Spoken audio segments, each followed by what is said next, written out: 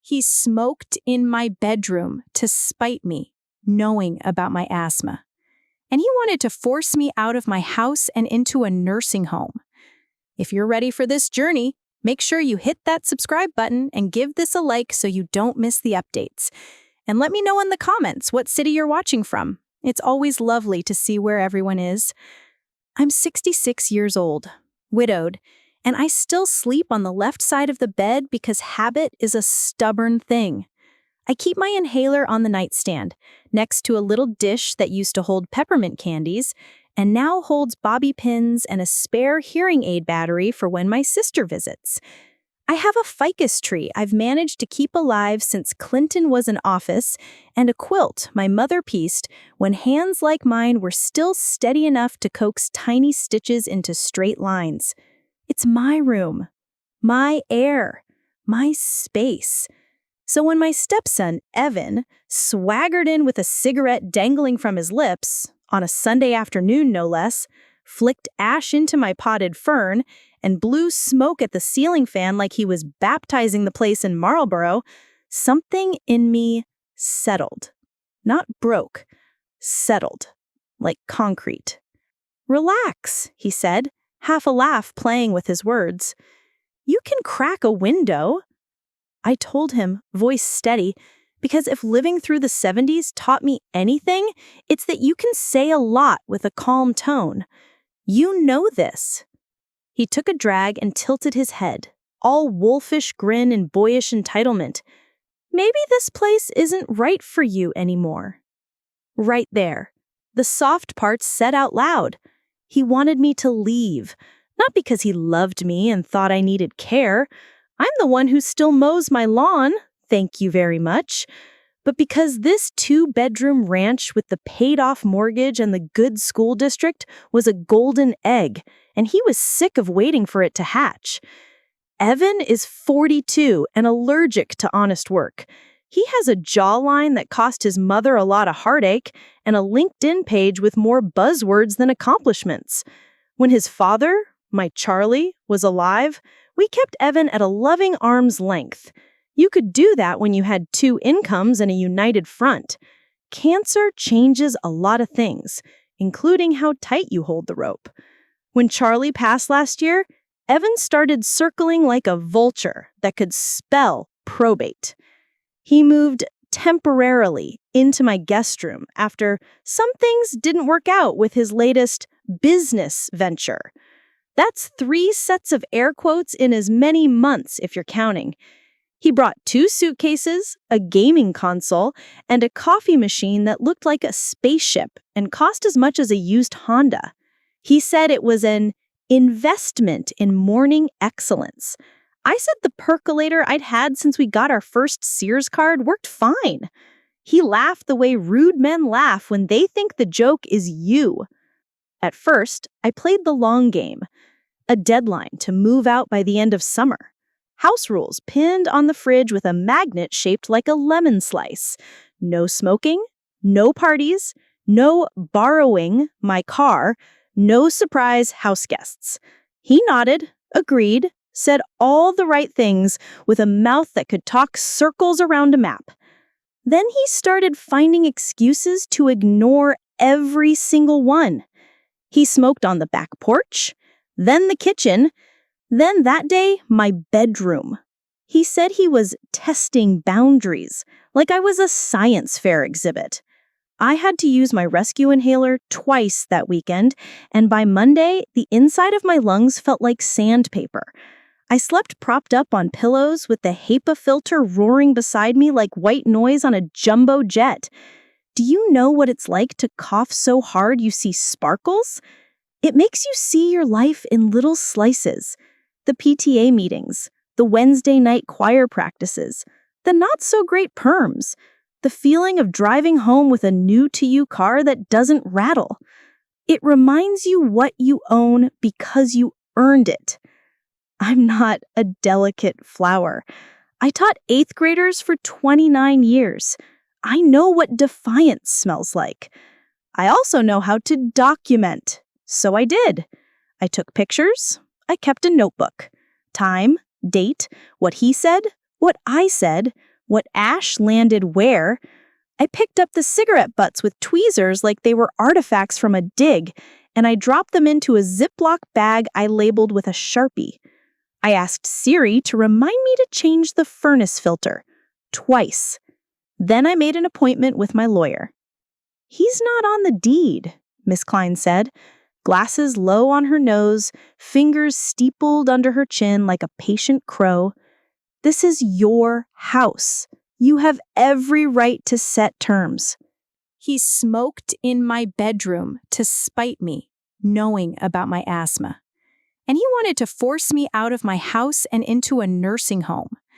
If you're ready for this journey, make sure you hit that subscribe button and give this a like so you don't miss the updates. And let me know in the comments what city you're watching from. It's always lovely to see where everyone is. I'm 66 years old, widowed, and I still sleep on the left side of the bed because habit is a stubborn thing. I keep my inhaler on the nightstand, next to a little dish that used to hold peppermint candies, and now holds bobby pins and a spare hearing aid battery for when my sister visits. I have a ficus tree I've managed to keep alive since Clinton was in office, and a quilt my mother pieced when hands like mine were still steady enough to coax tiny stitches into straight lines. It's my room, my air, my space. So when my stepson, Evan, swaggered in with a cigarette dangling from his lips, on a Sunday afternoon no less, flicked ash into my potted fern, and blew smoke at the ceiling fan like he was baptizing the place in Marlborough, something in me settled. Not broke, settled, like concrete. "Relax," he said, half a laugh playing with his words. "You can crack a window." I told him, voice steady, because if living through the 70s taught me anything, it's that you can say a lot with a calm tone. You know this.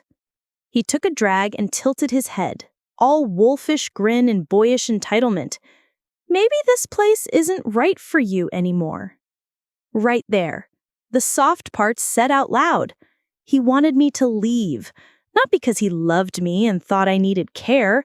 I'm the one who still mows my lawn, thank you very much.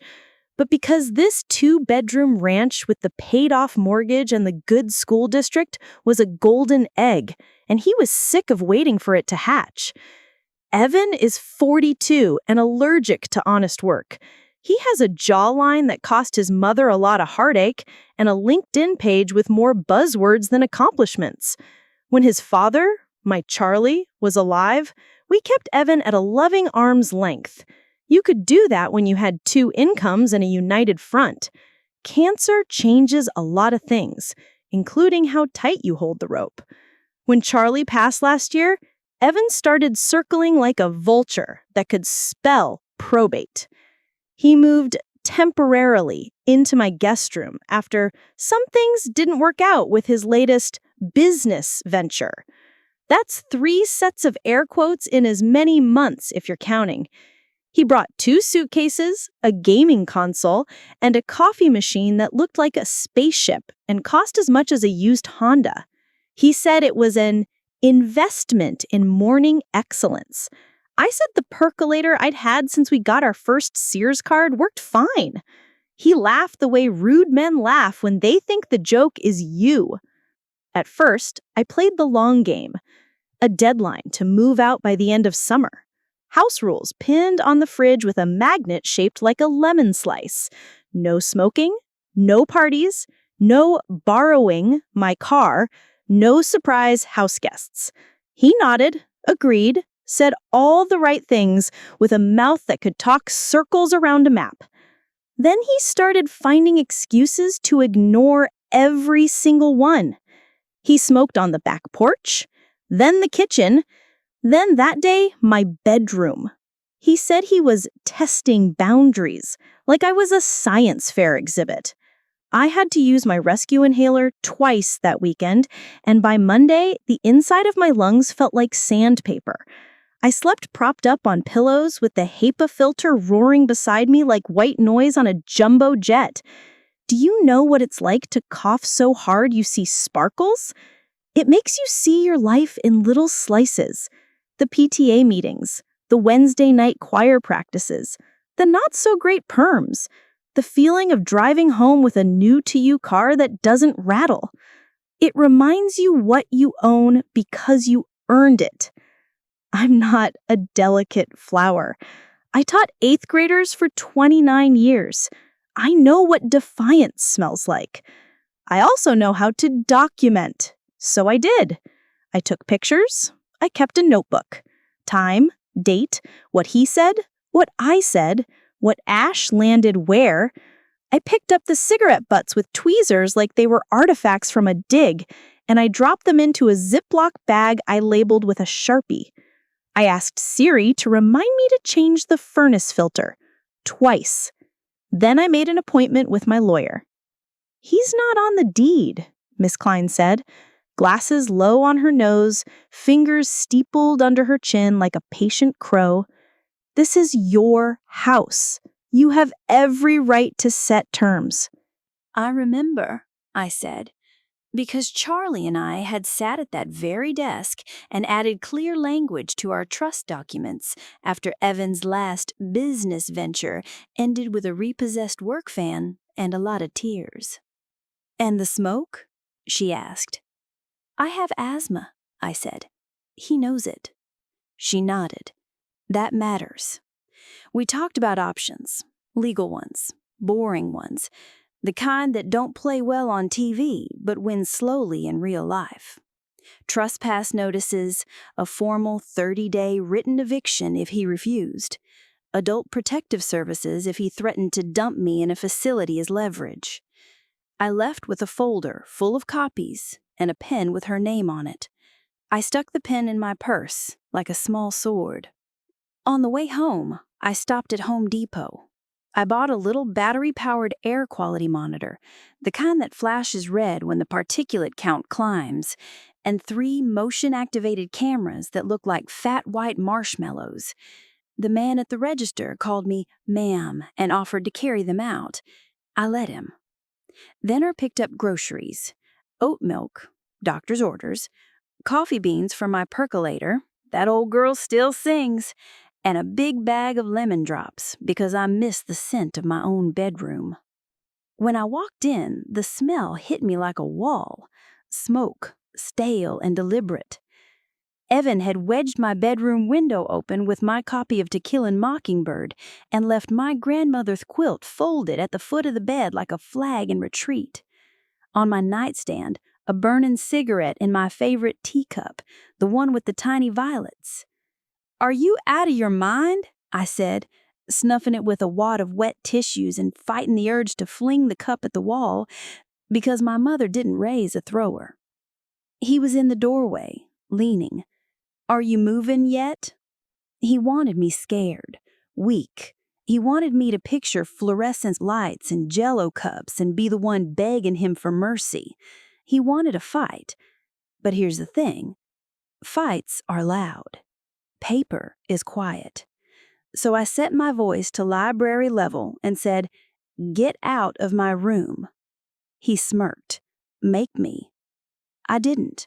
I turned on my heel, walked to the hall, and held up my phone where the little red recording light winked like a Christmas bulb. "You're trespassing," I said.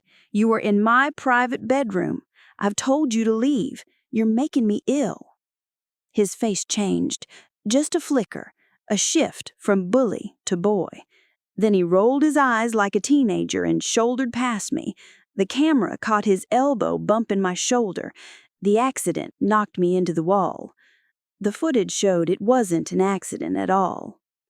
I installed a camera in my bedroom that afternoon, aimed at the door, one outside overlooking the back porch, and one in the hallway. Only the common areas in my room, none in his because I'm not trying to go viral for being creepy. The little air monitor I set on my nightstand blinked green. Good air. Like a traffic light at the start of a plan. And what a plan I needed. You can't outshout a bully like Evan. You outstack him. Paper, patience, proof. Over the next week, I logged everything. When he smoked, I checked the monitor and wrote down the numbers. When my chest rattled and my inhaler clicked, I wrote the time. When he laughed at my cough, I wrote his exact words. In between, I had a life. I made chicken salad with grapes and almonds. I painted my toenails coral because why not? I played dominoes with the girls from choir and told them I was dealing with the situation, which is Southern Light for pray for me. On Thursday night, he came home late, kicked off his shoes in the living room and flopped on the couch like a bachelor in a beer commercial. The fancy coffee machine whirred in the kitchen, lights blinking like a timid Christmas tree. He loved that thing, with its own little water reservoir and those programs that let you brew at 6:45 a.m. precisely. The manual was thicker than a church bulletin on Easter. "Morning excellence," he said when he caught me looking, and I thought of all the mornings I'd made coffee in a dented metal pot while a little boy with quotation mark excuses slept till noon and called me Jan instead of Mom, because names have power, and he wanted me to have less. "I think it's time you found a place," I said, setting a cup on the counter. Old percolator brew, black. "I think it's time you accepted reality," he said, not meeting my eyes, scrolling on his phone. "Places are expensive. You don't need this much room. And you shouldn't be alone. You know what they say about women your age, falls, confusion. The responsible thing is assisted living." It would have been almost sweet if he hadn't smirked when he said it, like the responsible thing was a chess move and he'd already captured my queen. He'd say it casually, then more urgently, then with an edge. It's a tactic. Wear someone down with care. If you've ever argued with a toddler about bedtime, you know the rhythm. Only toddlers are cuter and far less spiteful. Friday, I drove to my pulmonologist. New prescription, stronger inhaler, printouts, a letter stating that exposure to smoke exacerbates my condition and increases my risk of serious complications. I thanked the nurse, who told me to take it easy, and I replied, "I always do everything the hard way gently." She laughed. I didn't. That afternoon, I made copies of everything and slid them into a binder with tabs. My sister calls me the binder queen. She says it like a joke. But a binder is a story told in the language bureaucrats respect. My tabs said deed, trust, house rules, notices, recordings, medical, correspondence. There is a strange and powerful comfort in a tab called correspondence. It means you weren't imagining things. I handed Evan a typed 30-day notice to vacate. He skimmed it, tossed it on the coffee table, and said, "Cute." Then he lit a cigarette and exhaled toward the ceiling, like this was a movie where the audience makes excuses for men with good eyebrows. I pressed the air monitor's check button, watched it blink from green to yellow to a petulant orange. I coughed, loud enough to make a point. I didn't cry, because if you start crying around a man like that, he bottles it and saves it for later. He uses it like lighter fluid. That night, I lay awake listening to the click and whir of that ridiculous coffee machine as it did a self-cleaning cycle. Have you ever noticed how bullies have talismans? The shiny watch, the leather jacket, the car with a growl that makes old men on porches look up and wonder if their hearing just died? For Evan, it was the machine. He'd talk about beans like wine, show me YouTube videos about crema, as if a foam mustache could make him emperor of the kitchen. He'd sneer at my percolator the way some people sneer at line dancing. It was his toy, his status symbol, his little kingdom. And just when he thought he had me backed into a corner, he forgot who he was dealing with. Stick with me, because you'll want to see how this plays out. Saturday morning, I called my friend Alma, who retired from the county recorder's office and knows how to file paperwork that glides instead of limps. She came over with a cinnamon coffee cake and her no-nonsense reading glasses. She said, "He's pushing guardianship language. That's an angle some of them try. Suggest you're not safe on your own. Manufacture chaos. If you react big, it can support their story." "So I react small," I said. "You react documented," she said, tapping my binder. "And you get witnesses, neighbors, choir friends, your pastor. If he starts in about you falling, you let them see you on your feet. If he starts about confusion, you invite them to watch Jeopardy and shout out the answers." She grinned.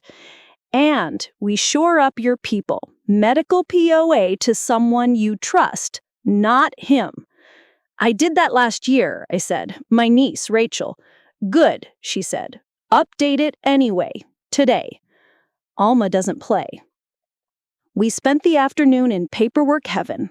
We notarized, we copied, we called my niece on speaker so she could promise again that she'd drive an hour in a blizzard if I ever needed someone to sign a paper, and she'd do it wearing her snow boots and that ridiculous hat with the pom-poms. We ate coffee cake and laughed until I felt like myself. Evan didn't come home until after dark. He smelled like a bar floor and had a small purple hickey on his neck, which would have been funny if the entire situation weren't absurd. He ignored Alma, who has the unique gift of shrinking men with a glance, and went straight to the kitchen. "Don't forget, 30 days, I said, not looking up from my tab labeled correspondence, where I was logging the date and time of the notice. He pretended not to hear me. The coffee machine hummed. He fussed over it the way some men fuss over grills, tapping buttons and wiping non-existent smudges with a microfiber cloth. That machine was his mirror. He loved what it reflected back at him. A man who knew things. Sunday, I went to church. I wore my blue sweater and the pearl studs Charlie gave me for our 10th anniversary. I sang alto and held the harmony like a secret in my chest. Afterward, I told Pastor Linda I was managing a situation at home. She squeezed my hand. "You're not alone," she said, and I believed her. When I returned, the house smelled like smoke and cinnamon rolls. His girlfriend must have dropped some off, and a faint lemon, as if my cleaners were putting up a brave fight. My chest felt tight, but no worse than a laundry day with too much lint. I put the lemon drops into a little bowl in the living room, small reclamations. I went into my bedroom to change shoes and stopped cold. A fresh cigarette ground out on the cover of my Bible. Not hard, not deep, just enough to leave a circle of ash and an ugly little crescent. Evan wanted me to see it. That's the thing about cruelty. It's showy. I didn't call out. I didn't confront. I took a photo. I slid the Bible into a gallon-sized bag because ash smears and evidence needs edges. Then, I went to the hallway camera and downloaded the clip from an hour earlier. Evan entering my room, Evan leaving, Evan glancing up as if to check whether the camera had eyes. He wanted escalation. He wanted me to scream so he could record that. He wanted me to push so he could fall. He wanted me to strike first so he could paint himself as a son putting his fragile stepmother in a home to keep her safe from herself. If you think this sounds theatrical, you've never watched a grown man perform helplessness when money is involved. So I did the thing you do when a toddler throws a tantrum in a Target aisle over a plastic dinosaur. I didn't give him the audience. I made dinner.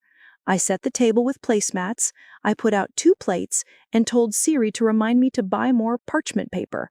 I like parchment paper. It turns chaos into neat rectangles. "You're making pot roast," he said, hovering like a cartoon burglar who caught a whiff of pie on a windowsill. "Yes," I said, lifting the lid with a flourish.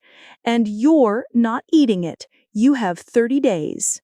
He laughed mean. "You're afraid of me," he said. "You should be." "Afraid of paperwork?" I asked, and served myself a healthy slice.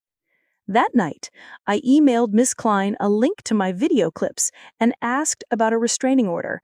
She said we could get a temporary one if he entered my bedroom again or threatened me, but often, she wrote, the simple act of serving notice and documenting will push them to seek softer targets. I didn't know if Evan had any softer targets left. I slept with my inhaler under my pillow and the binder queen on my nightstand. The air monitor blinked green, my lungs went about their business. Somewhere in the house, a machine beeped in self-satisfaction. I smiled in the dark. Monday morning, the coffee machine was already gurgling when I woke up.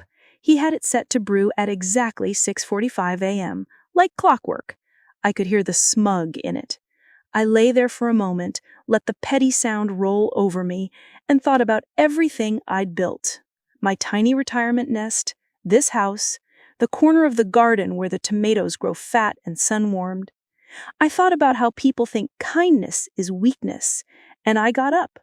I made my bed. I opened the blinds and let the light in. I watered my fern and tilted the fan so it waltzed the curtains just a little. Then, I dressed in a soft gray sweater and the jeans that make me feel 10 years younger, which is still older than Evan thinks I have any right to be. I walked into the kitchen just as he lifted his cup, inhaling like a connoisseur on a magazine cover. "Ah, morning excellence," he said. "30 days," I replied. He rolled his eyes. "Mom," he began, because that's what he calls me when he wants something, and I cut him off with a look that said very clearly, that word belongs to someone else, and you know it. "Chan," he corrected, annoyed. "You can't keep this up. You're not well. You're confused. You're making choices that aren't safe. I talked to a—" "No, you didn't," I said. "You talked to your reflection in the coffee machine." He snorted, grabbed his keys, and left. I stood there alone with the hum of appliances.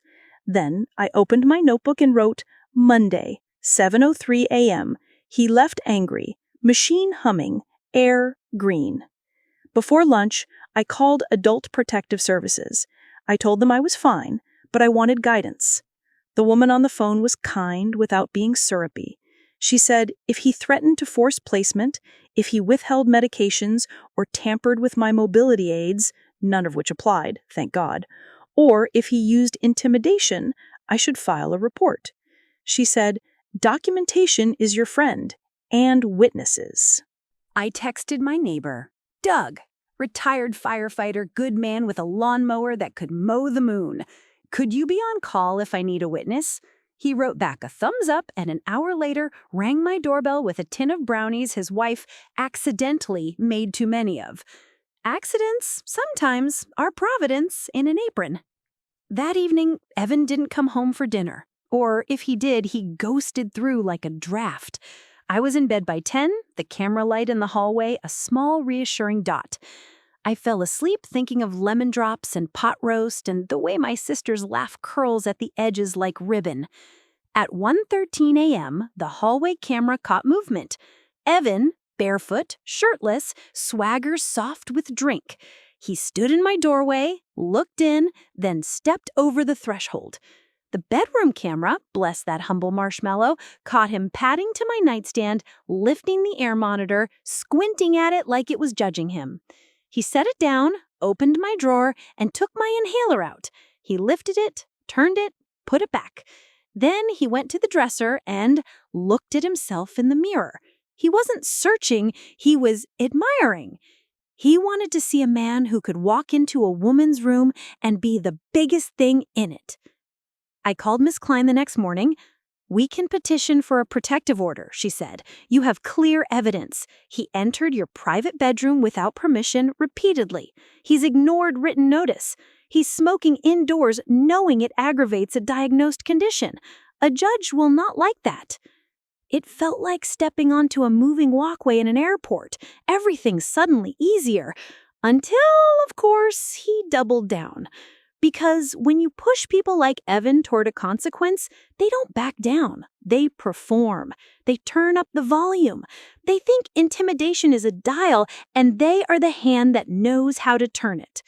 On Wednesday, I came home from my book club, Agatha Christie, appropriate, and found a brochure from A Modern Care Community on the kitchen counter. Evan had circled words like safety and peace of mind. He'd written a note in the margin. Let's talk. This could be great for you. For me. He'd underlined for me. Control disguised as concern? Underlined. Classic. I thought of calling him right then, telling him to get out, to pack his spaceship coffee machine and his attitude, and the cologne that smells like a high schooler's idea of rich. But he wasn't home, and I had learned better. You don't rage at an empty room. You set the room. I put the brochure in my correspondence tab. I texted my niece. I breathed. I stirred a pot of soup and set 2 bowls out of habit, then put one away. I am many things. A fool is not one of them. The camera in the hallway blinked, small and faithful. By Friday, something had shifted. He was jumpy. He smoked less, then more, then a lot, like he couldn't decide which version of himself would win me the prize. He was on the phone and hissed whispers, pacing, throwing around phrases like liquidate and she owes me. He started wiping the counter with unsober determination, which would have been helpful if he'd used a clean sponge. I took a walk. Down my street, past Doug's American flag and Alma's lavender bushes, the air smelled like cut grass and somebody's dinner. This is what I love. Sidewalks, mailboxes, the complicated politics of who shovels their snow and who doesn't. I waved at a teenager on a skateboard. He waved back. I didn't feel old. I felt rooted. When I stepped back inside, the house smelled like smoke. Not new smoke, old smoke, dug up. It clung to the hallway like a bad memory. I went straight to my room. On my pillow, the tiniest gray smear where ash had fallen. On my nightstand, a single cigarette butt, flattened like a pressed flower. Deliberate, performative. A calling card. I picked it up with tweezers. I put it in a Ziploc bag next to the others. I wrote the time, date, place. My handwriting is still neat when I concentrate. A teacher's curse and gift. He wanted me scared, scattered, confused. He wanted to be the narrator. But I know how to tell a story, with tabs, with timestamps, with neighbors who will speak up, and a lawyer who doesn't flinch, and a niece who knows where the snow boots are. That night, as the coffee machine hummed its self-importance to sleep, I stood in the kitchen and looked at it. The tubing, the reservoir, the little ritual he adored. If a person loves a thing that much, it becomes leverage. That is not cruelty. That is physics. I would not hit him. I would not yell. I would not stoop. I would simply teach him, gently, legally, almost politely, that he cannot blow smoke in a woman's face and expect her to disappear. I turned off the light, the hallway camera's little dot winking at me like an ally, and went to bed. My lungs settled into their nighttime rhythm, and I lay there, awake, thinking of lemons and paper and the slow, delicious patience of a plan. He had 30 days. He just didn't know how long that can be. He was about to get exactly what he deserved, and I had a front row seat. Don't go anywhere. The next week felt like a chessboard where every piece was heavy, and I had to move them one by one without breathing hard. Miss Klein filed the unlawful detainer paperwork, clean, tight, with exhibits labeled and dates stacked like dominoes. She also drafted a petition for a protective order limited to the bedroom and bathroom, the way you fence off a garden while you work on the bigger fence. It wasn't the full wall, but it was a gate with a latch. The clerk stamped it, the judge signed it, and a civil deputy served Evan at 9:14 a.m. on a Tuesday while he was in boxers and an old college sweatshirt that I'm not convinced he actually earned. He signed the receipt with a flourish like it was a fan autograph and muttered something about overreaction. I filmed the serving from the window with shaking hands and a smile I let out only after the deputy left. The order said, stay out of Jana's bedroom and ensuite bathroom. No smoking inside, no harassment. 30 days to vacate per the written notice. Violations could mean fines, police, a judge with a gavel, and no patience. Paper, patience, proof. He didn't say a word to me for the first 24 hours. He sulked in the guest room with the blue light of his TV leaking under the crack like a fish tank. The coffee machine still burred awake at 6:45 a.m. every morning, faithful as a rooster. He'd stand in the kitchen, shoulders hunched in the sweatshirt, cup to his mouth, and inhale like a monk at incense. Then he'd pace, phone in hand, and complain to someone named T, loud enough that my hallway camera picked up phrases like, "She's trying to ruin me," and "There's money in the house and she knows it." There isn't money in the house. Not in the mattress sense. The money is the house. Paid off, quiet. Brick and beams and a front porch that hosts 1,000 small conversations a year. He wanted to turn my porch into a waiting room for his future. Wednesday afternoon, I hosted Bible study in the living room, partly because I needed my women, and partly because I wanted witnesses. 6 of us. Respectable shoes lined up by the door like a chorus line, glasses of iced tea on coasters, the lemon drops sparkling in their little bowl.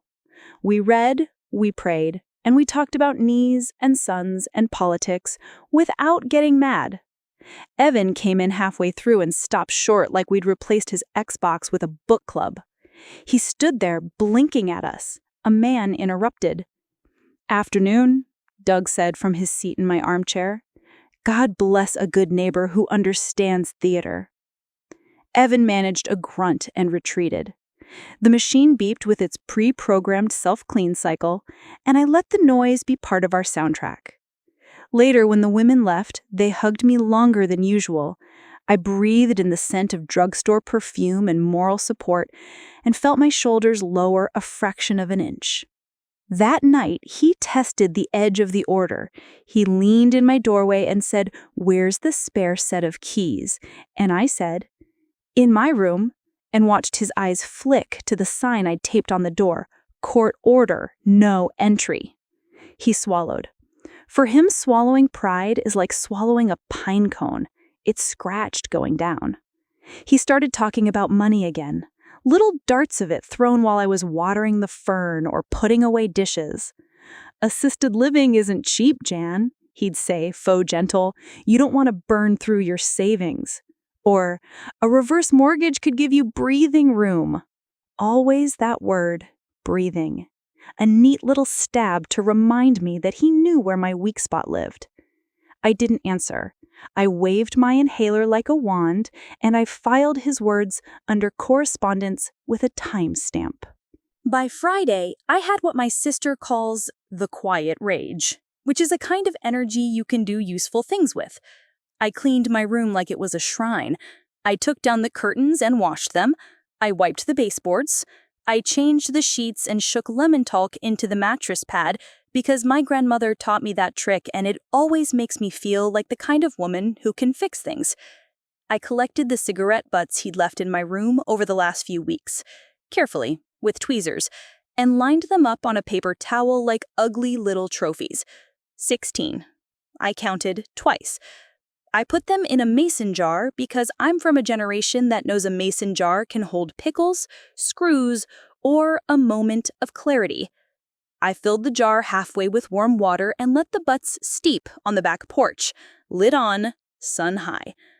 I'm not a scientist, but I've supervised enough 8th grade experiments to know that time and agitation make a difference. Every so often, I swirled the jar gently, like a lady who knows how to decant and has opinions about tannins. The liquid went the color of bad tea and smelled like every bus stop I've ever walked past in winter. I let my anger steep there too, contained, labeled, controlled. Before you clutch your pearls, let me be plain. I wasn't trying to poison him. Nicotine water isn't cyanide, and I had no interest in adding the police to my list of house guests. I wanted a lesson, a memory. I wanted something he loved to taste, just once, like the air he made me breathe. Not permanent, not harmful, just educational. At 1:30 a.m., when the house was quiet and the hallway camera's red dot winked like a conspirator, I padded into the kitchen in socks. I lifted the lid on the spaceship machine's water reservoir, and I poured in about half a cup of my jar. Not enough to clog anything, just enough to flavor the morning excellence. Then I topped it with fresh water, because I'm not a monster, and I stirred with the plastic spoon he insists is the only one that doesn't disrupt mouthfeel. I put the lid back, wiped the counter, and put the mason jar behind the flour canister like a secret. Then I went to bed and slept like a woman who had reclaimed one small square of her life. At 6:45 a.m., the coffee machine whirred. I lay there, listening, a little bit wicked.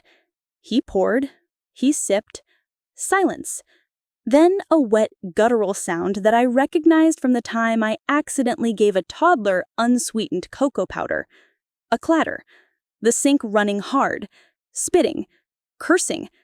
What's wrong with this thing? He was on his knees, peering into the reservoir as if the machine had betrayed him. I turned over and blinked at the ceiling with the innocence of a cat on a counter. If you've never heard a grown man argue with an appliance, I recommend it as a morning pick-me-up.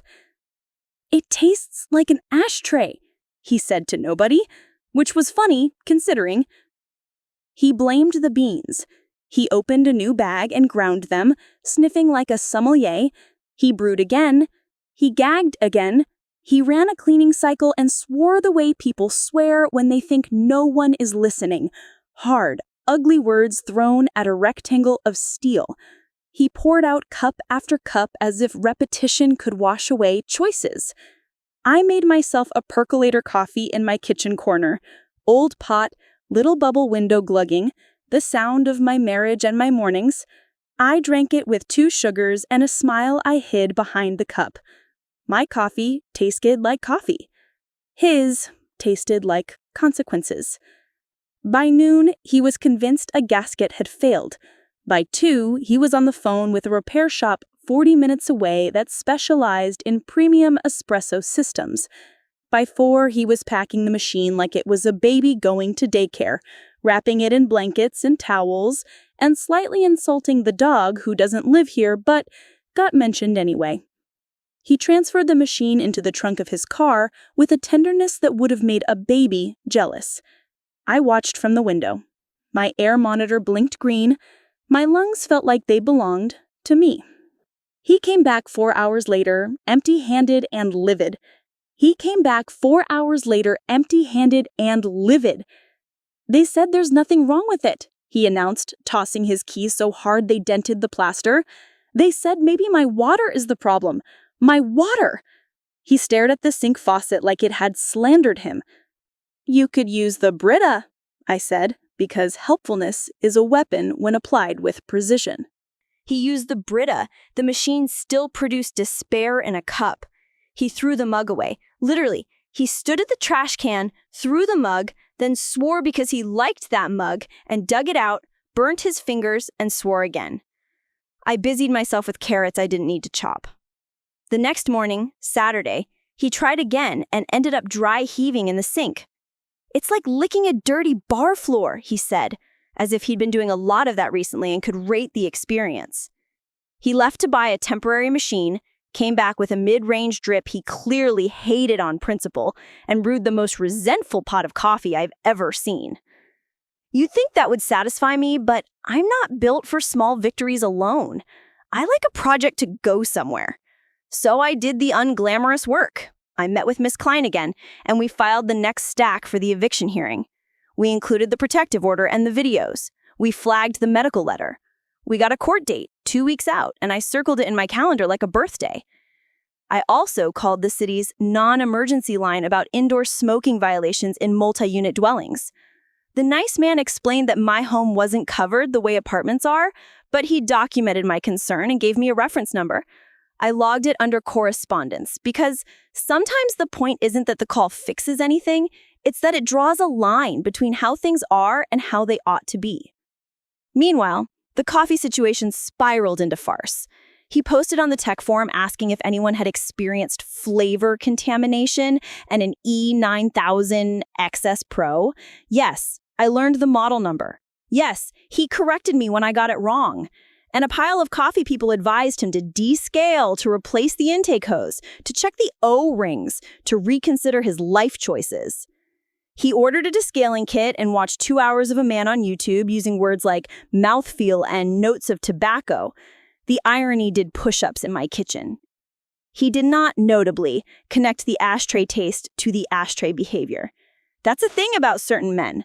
Causality is a bridge they cross only when it gets them to where they already wanted to go. 2 days in, while he was elbows deep in espresso parts, his phone rang.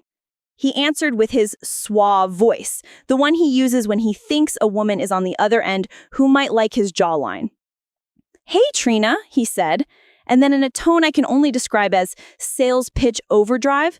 "Yeah, I'm good to go for the demo at the real estate office Tuesday. 20 agents plus the broker. I'm bringing the setup. It'll be a vibe." I dried my hands on a dish towel and looked at the ceiling. There it was, the hustle. He'd been working an angle where he provided coffee experiences at open houses as a way to meet agents and I assume pitch something later. The machine was his show pony. Without it, he was a man with a Costco drip and a bad attitude. He set out bring the good stuff. Single origin, Ethiopia, you'll die. He laughed his rude little boy laugh and hung up. He spent the next 48 hours trying to exorcise the ghost of my mason jar. He took the machine back to the shop and demanded they flush it. He ran a gallon of distilled water through it, replaced 2 seals in a filter, $80 he didn't have. He cussed. He sulked. He stopped smoking inside, not because of the order, I suspect, but because every time he looked at a cigarette pack, his mouth turned down like a toddler looking at broccoli. And then Tuesday came.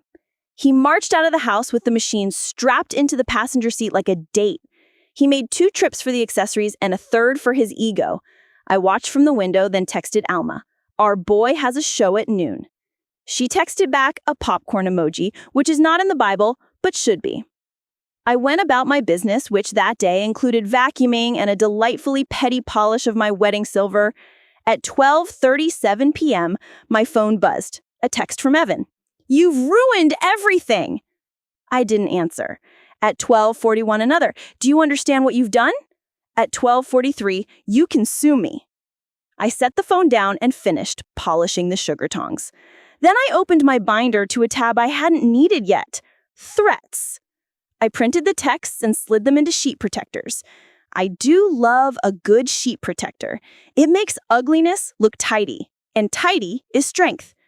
He stormed in at 1:10 p.m., sweaty, furious, machine slamming onto the counter. "They laughed," he said.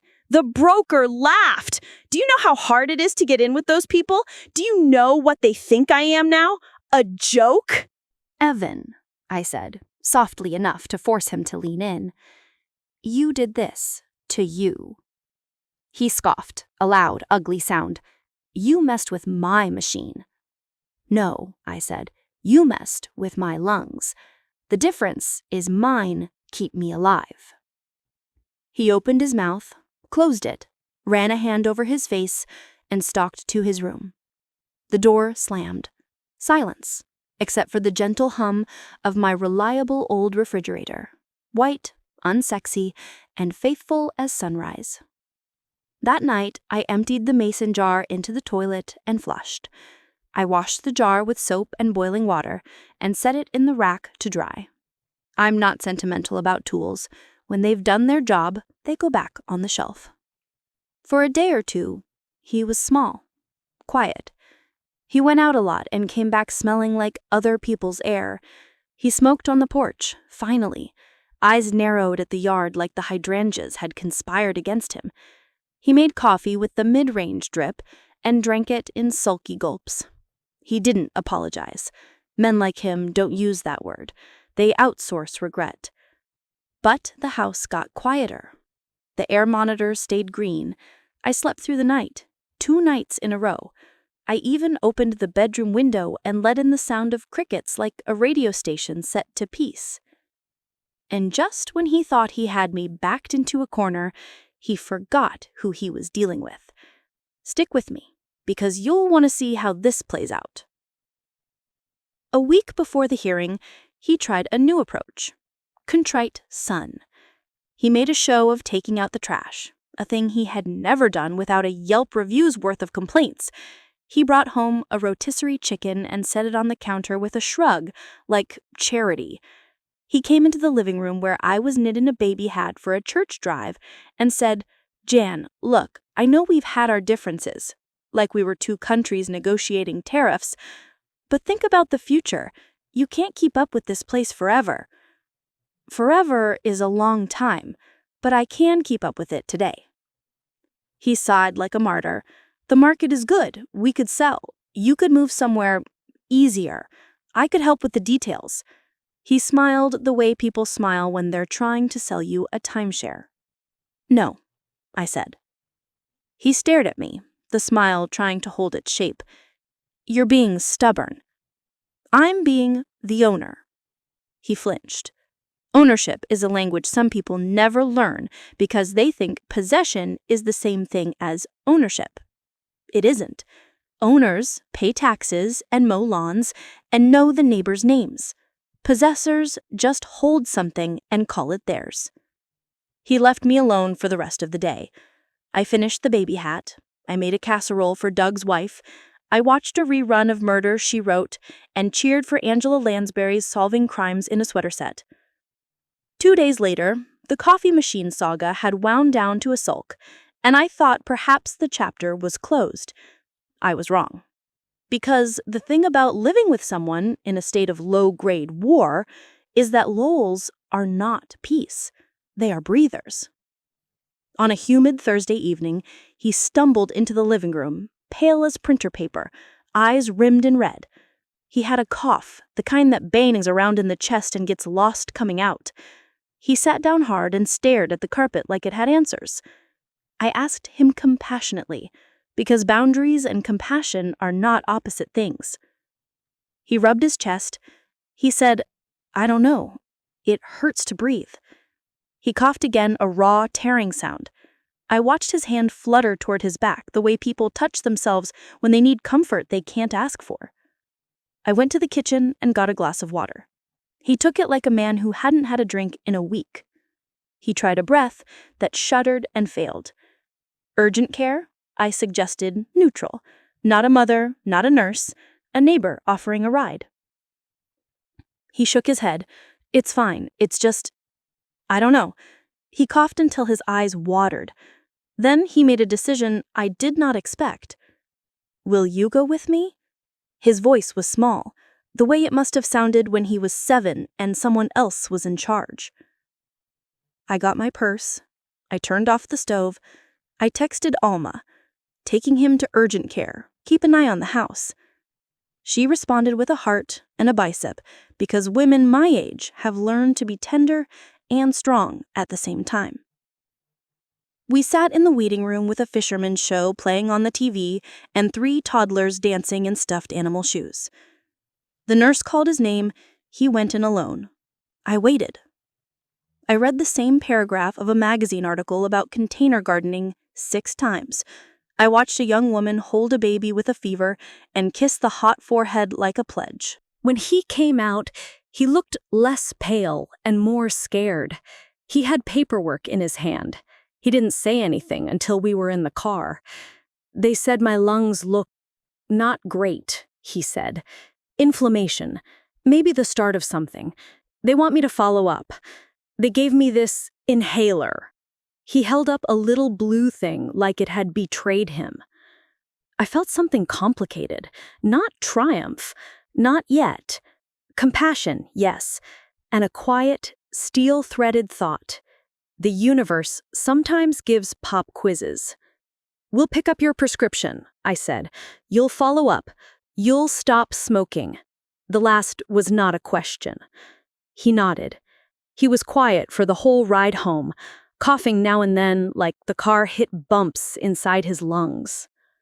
In the kitchen, he set the inhaler down next to mine. We stood there, 2 people with matching blue plastic lifelines. He looked at me, and for a second, just a second, I saw a boy in him who wanted someone to draw a map. "I need help," he said, voice low. "I'm scared." I know this part is hard to hear, but it's important. The truth was about to come out, and it was going to be glorious. I poured us both water, I leaned against the counter, and for the first time since this began, I had leverage he might recognize. Not money, not machines, not ownership papers. Consequences breathing in his chest. I said, I'll help you, but we're going to set terms. Real ones. Adult ones. You'll stop smoking, here and everywhere. You'll get a job, any job, while you look for a better one. You'll pay me rent for the next 2 weeks until you move out, and you'll move out on schedule. You'll go to your follow-up appointments, and you'll let me talk to your doctor if you try to lie about it. If you push me, I'll enforce the order and the eviction, and I'll call your aunt, and she'll bring the churchwomen, and they will bless this house with loud prayers and casseroles until you flee. I smiled a little. And you'll stop trying to put me in a home to solve your problems. He stared at me, searching for a trap. And I said gentler, because mercy without muscle is just sentiment. And you'll apologize. He closed his eyes. For a second, I thought he'd blow up, throw the inhaler, fling words like knives. Instead, he exhaled a shaky breath, put both hands flat on the counter like he needed its solidity, and said, I'm sorry. It wasn't perfect. It wasn't tearful. It was something. We stood in that small, quiet truce for a moment. Then he swallowed and glanced at the coffee machine like a man looking at a shrine after the miracle has left town. I can't taste coffee right now anyway, he said, almost a joke. Everything tastes like, you know. I know, I said, and sipped water that tasted like water, the way it should. He went to bed early. I sat up late with the lamp on, the house breathing around me, my binder on my lap. I'd built this case like a scaffolding. Now there was a chance, just a chance, that he'd climb down instead of falling off. But let me be clear, I was not rewriting the ending because he coughed. I am not a woman who throws away a plan because a man finally feels what she's felt. I am a woman who can hold two truths at once, that he needed help and that I needed him gone, that I could be decent and still demand consequences. Compassion without boundaries is just wishful thinking. The court date stayed circled on the calendar. The jar stayed washed and put away. And in the morning, for the first time in a long time, the air in my bedroom smelled like cotton sheets and lemon talc, and me. I took a long, deep breath and didn't see sparkles. He had asked for help. I would give it on my terms. He hadn't yet asked for forgiveness. That is earned differently. He was about to get exactly what he deserved, and I had a front row seat. Don't go anywhere. The morning after urgent care, I put it all in writing. That's how grown-ups make promises stick. I typed up a 1-page agreement with bullet points big enough to read without my readers, no smoking, rent due Friday, move-out date firm, follow-up doctor appointment scheduled and attended, permission for the nurse to talk to me if he tried to turn slippery, and an apology in writing. I left a line for his signature and mine, the way a truce needs 2 hands. He hovered over the counter with his new blue inhaler, cheeks pale, and read every line twice. "You're serious?" he said. "I am," I said. "Sign while you can still breathe easy." He signed with a flourish that tried to be swagger and couldn't quite get there. I countersigned, made 2 copies, and slid the original into, say it with me, correspondence. I also handed him an invoice for the smoke remediation I'd scheduled, a professional deep clean of the HVAC, a new set of filters, drapes laundered, walls wiped. "You'll reimburse me," I said matter-of-factly. "I've itemized it so your conscience won't get confused." He squinted at the total like numbers had wronged him, then nodded. "Fine." He took his first real puff on the inhaler after breakfast and winced like humility burned. He didn't touch the spaceship coffee machine. He poured a resentful cup from the mid-range drip and sat at the table like a boy waiting out a timeout. The house changed timbre, quiet like a library. My lungs loosened, and I caught myself humming while folding towels, small domestic mercy. When the cleaners arrived to deal with the ductwork, he retreated to the porch and sat in a hoodie even though it was 78 and humid. He scrolled his phone with the focus of a man trying to text himself into a different life. Once I heard him cough, and then after a beat, whisper, "Come on," to his own chest. That sound, more prayer than complaint, softened something in me I didn't want softened. I am not made of granite. I'm quilt and bone. We drove to his follow-up together, because when a person asks for help and you've set terms, you show up like the terms matter. The nurse took him back for spirometry. He came out with a frown and a packet the size of a church bulletin. "Inflammation," he said. "Early obstructive changes. Could be reversible if I quit now. Could be permanent if I don't." He said permanent like a man who's used to returns. The doctor, kind eyes, no nonsense, asked if I was mom, and I said stepmom, because words matter. She didn't blink. "Whoever you are," she said, "thank you for coming." Then she turned to him and talked about nicotine replacement, steroids, rescue inhalers, triggers, the way lungs can forgive and the way they don't. He nodded like a student who finally realized the test is real. On the way home, he asked, "Do you think I can do it?" I told him the truth.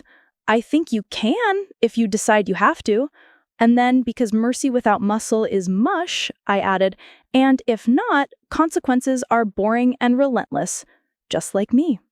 He snorted, which turned into a cough, which turned into a rueful laugh.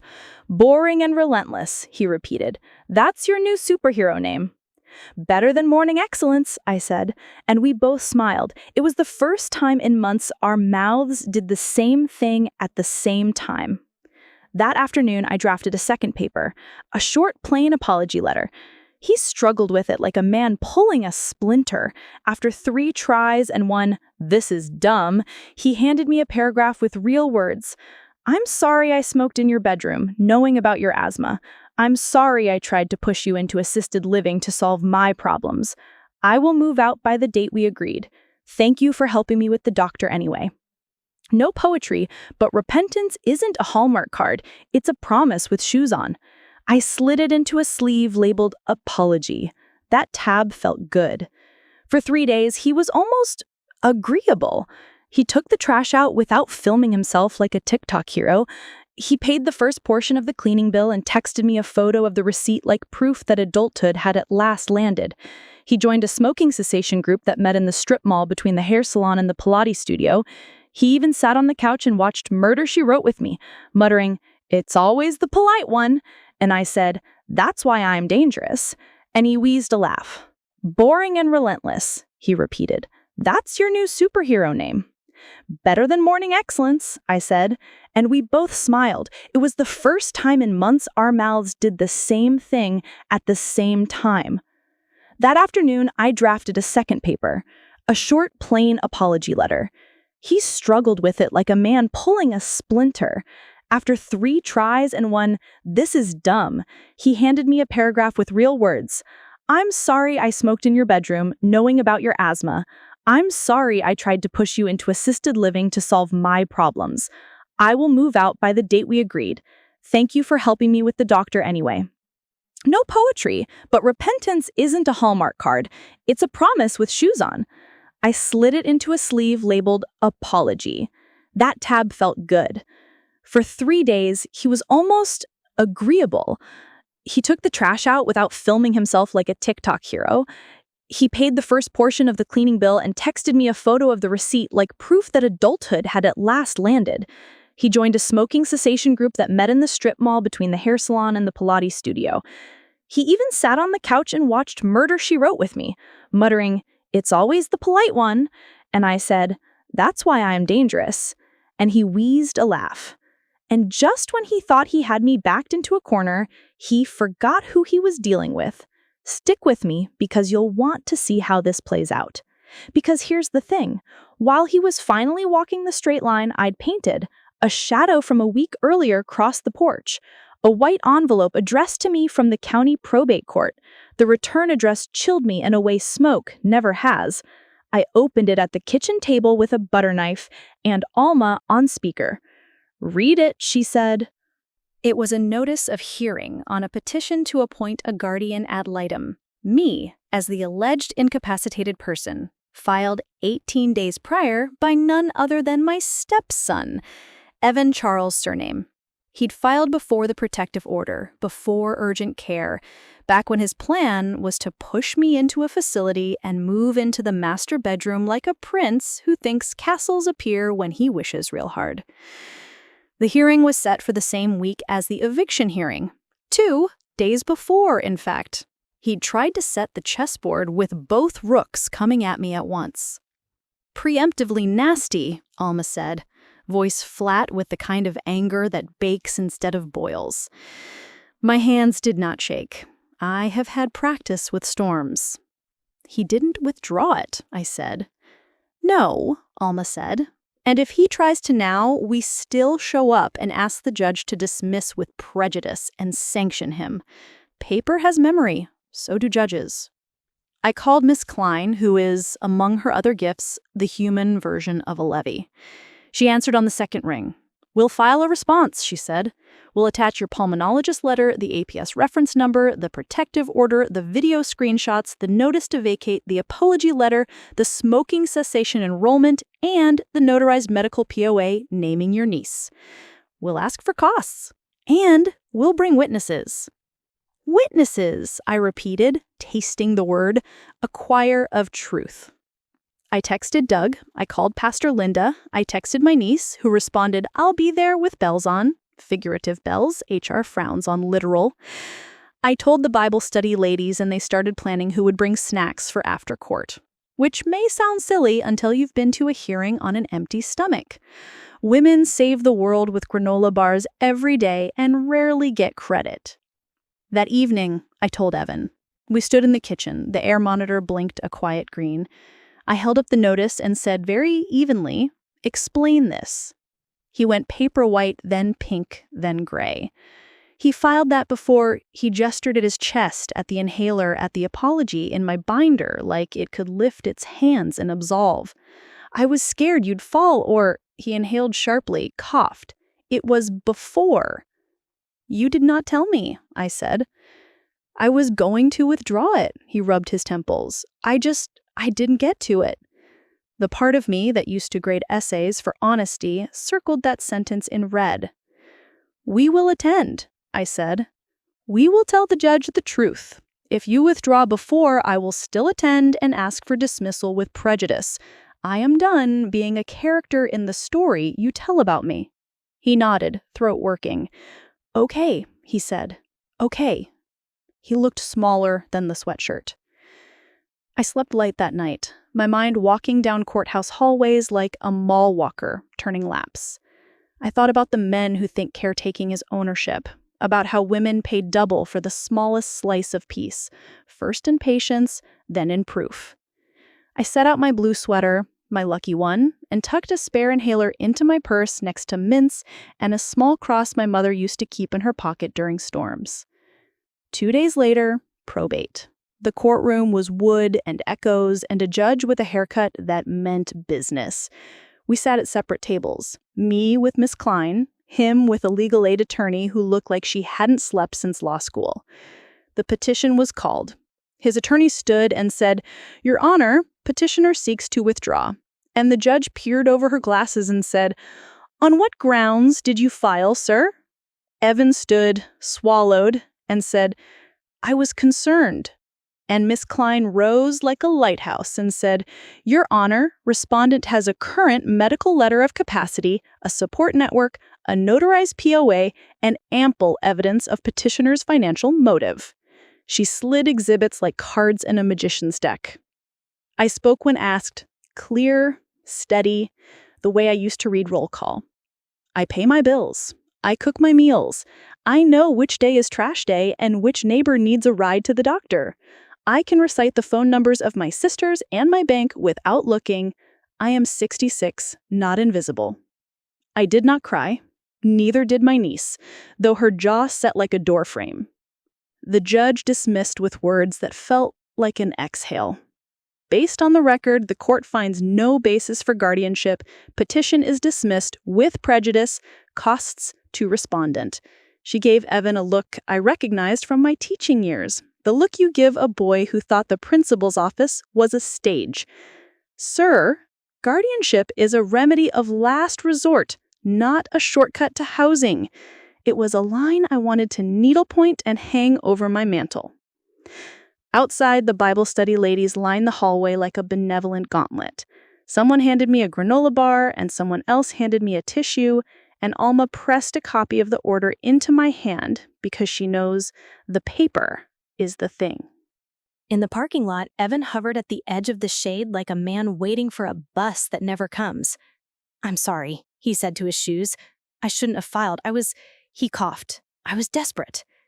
"Desperation isn't a license," I said, "but it can be a lesson. Learn it." We had 48 hours until the eviction hearing. He could have bolted and saved face. Instead, he did something I didn't predict. He leaned in. He went to another cessation meeting. He brought me a receipt for the second half of the cleaning bill and taped it to the refrigerator like a gold star. He even took the spaceship coffee machine to the garage and listed it online. Lightly used, needs TLC. And for once, I didn't say understatement. He looked at the listing like a man selling the past. The night before court, he knocked on my door frame, not the door. He remembered the order. "Can I ask you something?" he said. "I can ask," I said, which is different. "If the judge grants you possession," he had started to speak paper, which is its own kind of growth. "Can I have 3 extra days to move? I found a room. It's small, but it's mine. I just need the weekend to make it work." If you're looking for me to answer like a saint or a sheriff, you'll be disappointed. I'm a woman with a calendar. I did the math, looked at my own schedule, checked my gut. 2 days, I said. "And you'll leave the keys in a sealed envelope in the mailbox on Sunday by noon. You'll send me photos of the room and the lease so I know you're not sleeping in your car to make me feel guilty." His face did a complicated thing. Gratitude and pride and something like relief peeking around the corner. "Deal," he said, and extended his hand. I shook it. His palm was warm. It felt like shaking hands with a person and not a problem. I wish I could tell you the morning of the eviction hearing dawned like victory, but big days always start like any other. Coffee, pants that fit funny, a moment where you can't find your keys and then discover them in the very place you put them on purpose. I wore my blue sweater. I hugged my niece in the courthouse hallway. Miss Klein whispered, "Breathe," which is both good legal advice and good pulmonary advice. We went in. The courtroom had the familiar varnish and fluorescent hum of a place where people are both seen and sorted. Our case was called. Miss Klein spoke like a metronome. Deed, notice, protective order, medical letter, video stills, invoices, the apology letter, yes, she used it, proof of both conduct and consciousness of guilt. She slid papers forward with the quiet confidence of a woman who knows exactly how much weight they carry. Evan's turn. He stood, cleared his throat, and for once didn't try to charm the room. He said, "I did those things. I was wrong. I'm quitting smoking. I'm moving out. His voice thinned. He coughed, used the inhaler like a period at the end of a hard sentence. "I'm sorry." The judge looked from my binder tabs to his face and back. "Possession granted to petitioner," she said. "Writ to issue in 7 days if necessary. Costs to respondent. Given the protective order and the medical issues documented, any further violation will result in contempt." She paused. "Mr. Surname, consider yourself fortunate to have a stepmother who favors paperwork over pyrotechnics." I almost laughed out loud. Paperwork over pyrotechnics? Someone put that on a t-shirt. We walked out into the glare of a noon sun that didn't care who won or lost, because the sun has other business. The ladies handed out lemonade in to-go cups because, of course they did. Doug clapped me on the shoulder so gently you'd think I was fine china. My niece squeezed the circulation out of my fingers. Evan stood a few paces away. Eyes squinted, shoulders dropped. "Can you give me a ride to look at the room?" he asked. "It's on the bus line, but..." He gestured at his chest. "Get in," I said, because mercy with boundaries is a ride that has an address. We drove to a simple, clean house with sun-bleached grass and a landlord who looked like she'd seen it all and still fed stray cats. The room was small but neat. A twin bed, a narrow dresser, a window that opened without a fight. "No smoking on the premises," she said firmly, and I watched him nod like a man who's starting to understand that rules aren't personal when they're written for everyone. He signed. He handed over cash that looked like it hurt to part with. We carried in 2 boxes he'd already packed, the first and best sign that a man intends to keep a promise. He looked at the bed like it was both a downgrade and a lifesaver, which is often what salvation looks like when you're not used to it. That night, back at my house, I lit a lemon-scented candle and opened my bedroom window. The air monitor blinked green, unbothered. I took the Bible with the ash smear, still there, a scar and a story, and slipped a clean tissue between the chapters like a bookmark for mercy. I slept on the left side, because habit is a stubborn thing, and because Victory doesn't need a new bed, just the old one back. He had 2 days to move, and he used them. He boxed the machine parts with less reverence and more resignation. He rolled up 2 posters I never wanted to see again. He vacuumed his room without being asked, which is a domestic miracle comparable to water and to wine.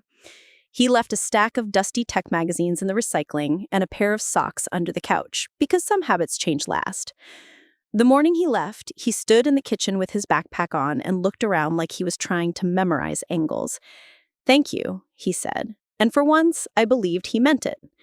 "Take your meds, keep your appointments, text me your peak flow numbers once a week for the first month, and pay back the last 100 you owe me by the 15th. I smiled. Boring and relentless. He huffed a laugh that didn't turn into a cough. "Boring and relentless," he repeated. And then he was out the door. He left the keys in an envelope, signed across the flap, just like we agreed. I opened it at the kitchen table with the butter knife that has become my bailiff. I set the keys in the little dish where my peppermint candies used to live and my bobby pins do now. The house inhaled and exhaled with me. And I wish I could tell you the story ends there, with a neat bow and a boy who learned, but life is never a straight seam. The day after he moved, my phone buzzed with a new number and an old problem. The real estate broker from that unfortunate coffee demo, politely asking whether Evan was authorized to represent your household in any capacity, because he had been using our address on certain business communications, and well, some of those communications looked a lot like promises tied to my property. I stared at the wall, counted to 10 the way I taught my 8th graders, and felt that old, clean focus slide into place like a ruler lining up a margin. Revenge is best when it tidies what someone else tried to tangle. I know this part is hard to hear, but it's important.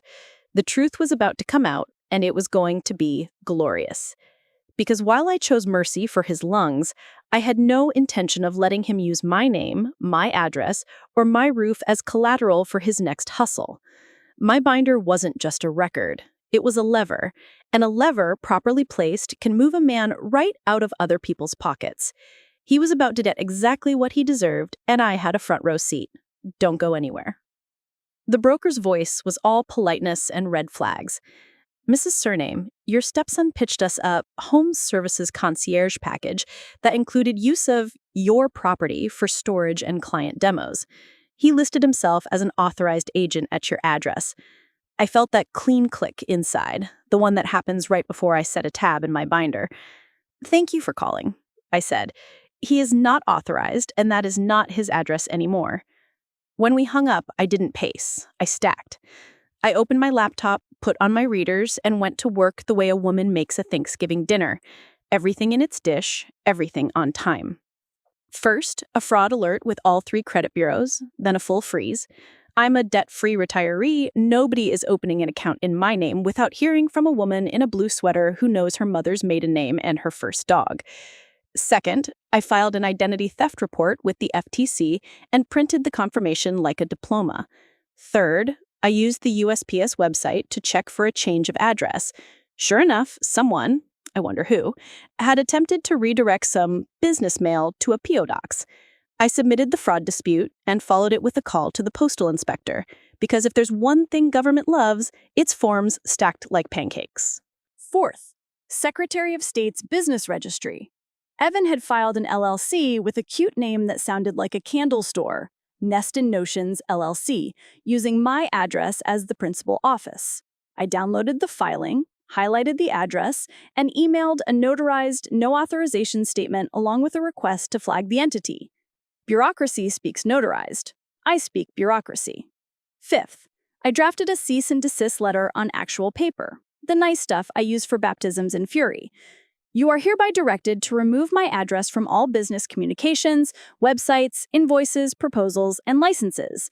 You are not authorized to represent, pledge, collateralize, store, or conduct any activity at this property. I gave him 72 hours. I CC'd the broker, his landlord, and Miss Klein. Then I put on a pot of coffee in my 10-pound percolator and watched it do that happy little blurp blurp under the glass cap like a drum line for justice. He texted 15 minutes later, "Seriously? You're overreacting." I sent back a photo of the cease and desist with the sentence highlighted. Failure to comply will result in injunctive relief and complaints to regulators. He didn't answer for an hour, which told me the sentence had done its job. That afternoon, I walked next door and asked Doug to help me install a smart lock. We changed the deadbolt, rekeyed the back door, and put the garage on a keypad. I canceled the old guest code we used for dog sitting and set a new one that only my niece and Alma know. I am not paranoid, I am practical. There is a difference between sleeping with the lights on and sleeping with working lights. While Doug was on the step stool, I filled him in. He whistled low. "Using your address to fluff his feathers in front of brokers," he said. "That dog won't hunt." "Not in my yard," I said. He grinned, then sobered. "Want me in the room when you tell him?" "Yes," I said, which is its own kind of power, knowing when to ask for someone to stand beside you. We didn't have long to wait. At 6, there he was on my porch, a paper grocery bag in hand like an apology in corrugate.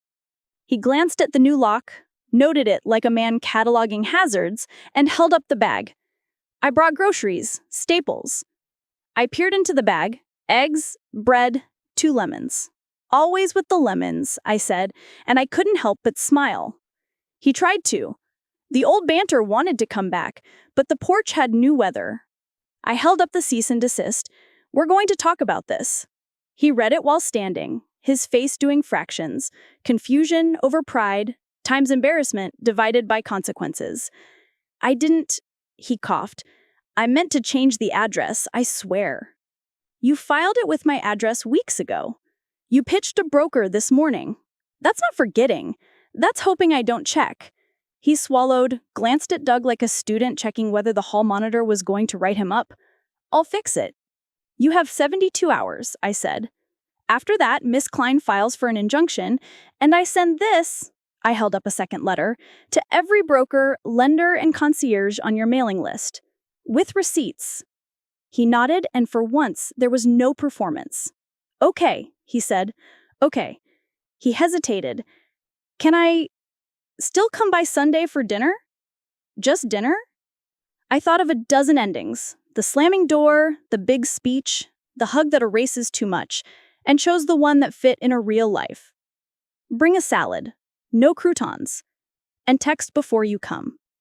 He huffed a laugh that turned into a small cough, and for the first time in months, it sounded more human than stubborn. That night, I updated my binder, a new tab, business misuse. It felt like sliding the last puzzle piece into place. I also started a phone tree of sorts. Pastor Linda, the choir ladies, the neighbors on both sides. Not gossip, gospel.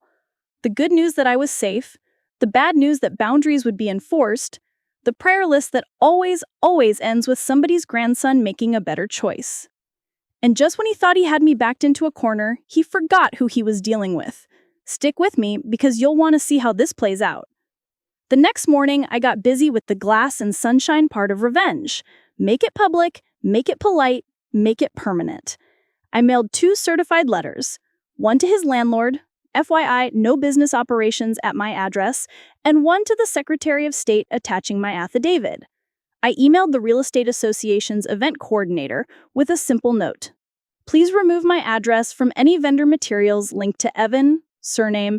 He is not authorized to represent or my property." Civil, factual, unignorable. By lunch, the coordinator replied, "Understood. We have removed him from our preferred vendor list pending resolution." A small, delicious sentence. By dinner, the broker forwarded an email string where he'd warned his agents, "Do not book him. There are material misrepresentations." Consequences. accumulating like snow. Meanwhile, Ms. Klein had a field day. She drafted a stipulation ordering him to remove my address from all filings, websites, invoices, and business cards.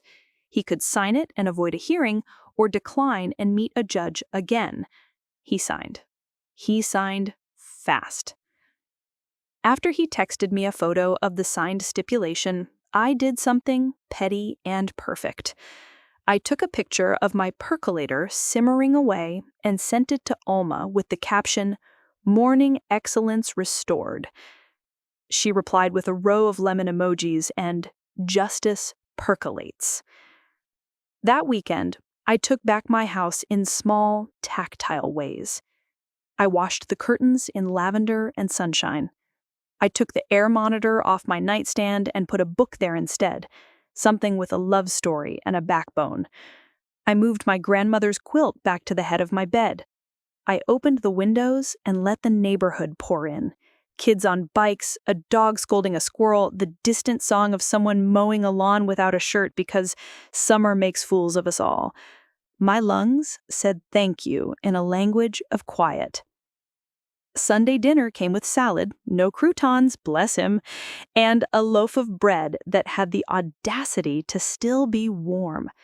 He stood in my kitchen and tried to find a place to put his hands. I changed the filings, he said, all business. I called the broker and apologized. I emailed the association. He looked up, met my eyes. I know sorry doesn't fix it. I want you to hear me say it again. I heard you, I said. I also saw the stipulation you signed. I slid a dish of butter toward him like a truce flag. You can say a lot of things with ink. We ate at the table, not on the couches where old habits sag. He chewed slowly, like the bread had sermon in it. He told me about his smoking cessation group, how the leader makes them hold a straw and breathe through it while walking to simulate what they're doing to themselves. I thought I was going to pass out, he said, laughing without much humor. Keep the straw, I said. Put it where your cigarettes used to live. He lifted his water glass in a half-toast. Too boring and relentless, he said. Too boring and relentless, I agreed, and we clinked like two people who might, someday, trust each other to keep simple promises. On Monday, the Secretary of State emailed, Nest and Notion's principal address updated, complaint noted, periodic report flagged to require proof. A tidy bow on that particular box. I printed it. Of course I did. That might have been the end, if not for one more shoe, the kind that always drops late in the second act. A letter from a leasing company arrived, addressed to me as co-obligator regarding an equipment lease for, you guessed it, an E9000 XS Pro and related accessories. The signature line for co-obligator was a forgery so clumsy it insulted my arthritis. I stood very still. Then I set the letter on the counter, centered it, and laid a ruler across the top because I was about to draw a perfect line. I called the leasing company and asked for the fraud department. The gentleman on the phone clicked his pen twice, then listened as I explained, in the voice I used to use in faculty meetings, that I had not signed anything, that my signature could be compared to 1,000 public records, and that if they attempted to place a lien or collection call against me, I would introduce them to my lawyer and her binder of doom. He clicked once more and said, "Ma'am, we will investigate." "Do," I said, "and call me back on this number only. Do not contact my property again." Then I called Miss Klein. She nearly purred. "Forgery brings us out of the realm of domestic unpleasantness and straight into criminal impersonation," she said. "We will file a police report today. Bring the letter, bring a sample of your signature, bring your patience." I brought all three.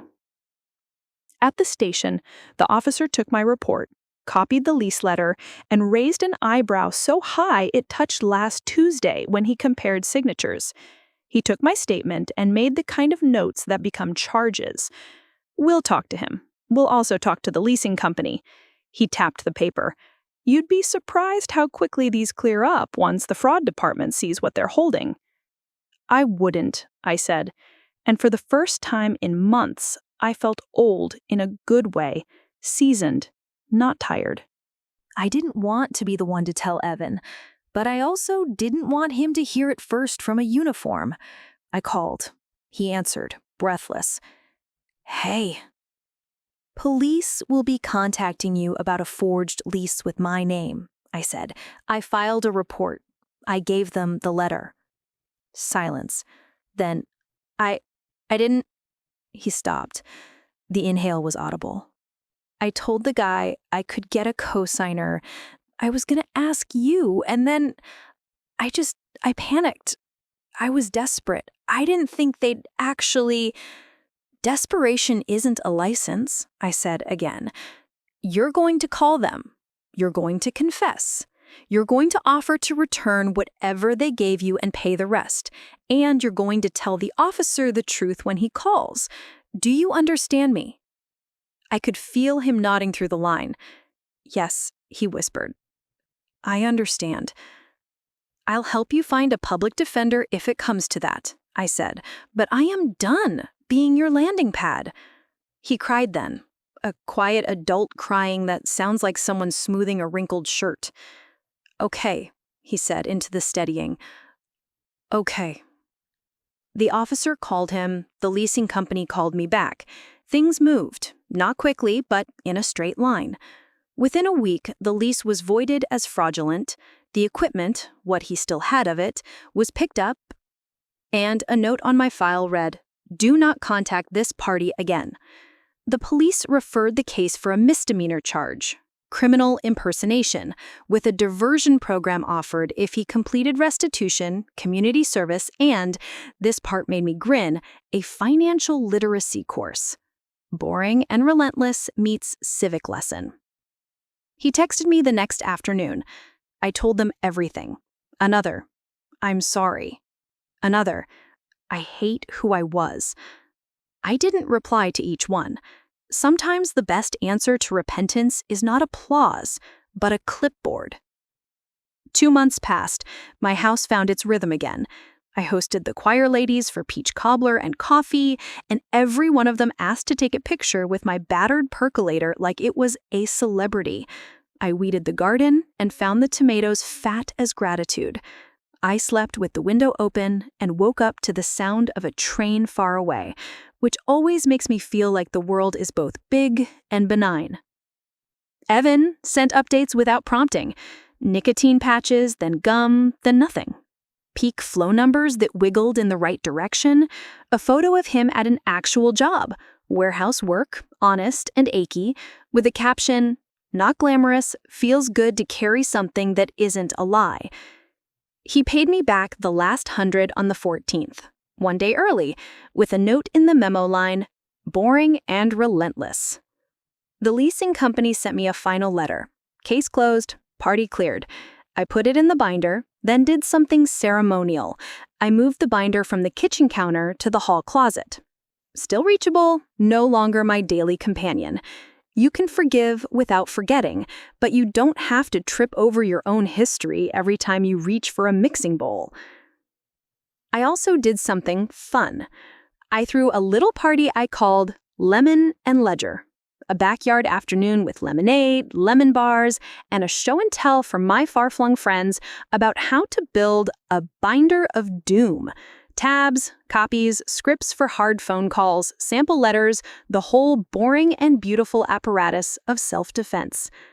I told them what we forget to teach our daughters, that kindness is a door you open for people who can carry their own bags, that paper is a shield, that your signature is a sacrament. Guard it like communion. The broker came. Turns out we know some of the same people, and brought a cheesecake like a peace offering for the universe. He laughed about morning excellence and asked if I'd cater an event with my percolator for his office. He said, "We're going retro. Everyone's tired of foam art."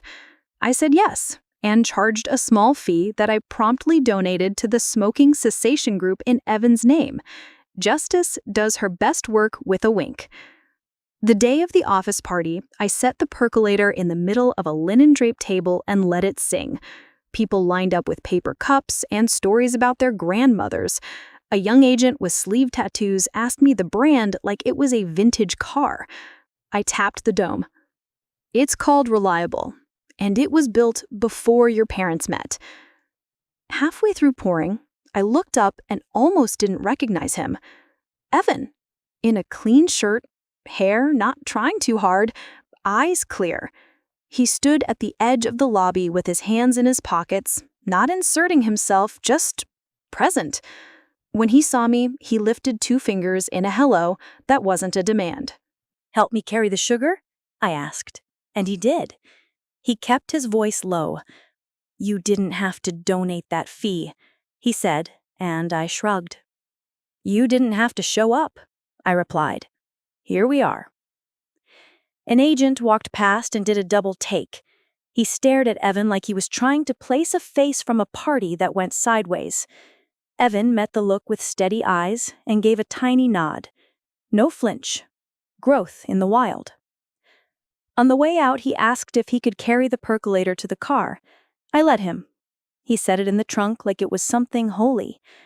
"You know," he said, "I used to think that machine," he nodded toward a ghost only he could see, "made me important.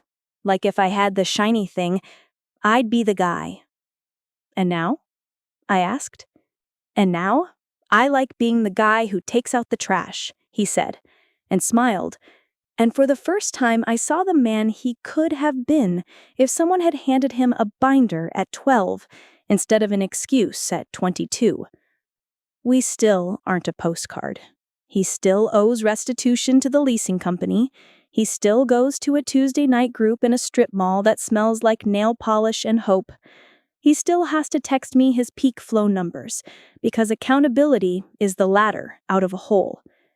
But he is out of my house. He is off my address. He is off my air.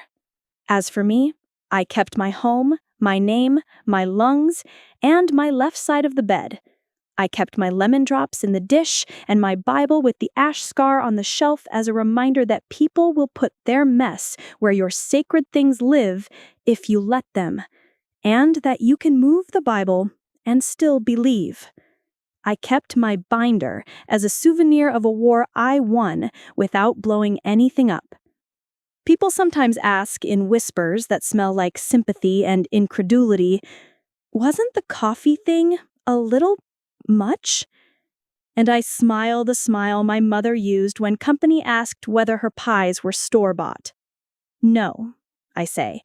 "It was the exact right amount. Not because it hurt him. It didn't. But because it taught him what smoke tastes like when you're not the one choosing it. Because it was legal, memorable, and true. Because sometimes the most merciful lesson is the one that lingers on the tongue." And if you're wondering whether I would do anything differently, no. I would do it boring and relentless all over again. I would pick up every cigarette butt with tweezers and every phone call with my calm voice. I would protect my air the way you protect a toddler crossing a street. Hand held, eyes forward, no apologies for the tight grip. He smoked in my bedroom to spite me, knowing about my asthma. He wanted to force me out of my house and into a nursing home. He wanted the deed without the decades. He forgot who he was dealing with. I am 66. I am not confused. I am the owner of this house and the president of its peace. I won with tabs and timestamps and lemon drops. He got consequences and a chance to be different. I got my air back. If you're ready for your own journey, make sure you've got your binder, your people, and your boundaries. And if you need to borrow my percolator for a victory party, you know where I live, because I do too. What would you have done in my place? So, another story of my grandmother has end, and be clicking here, you will have when more such stories.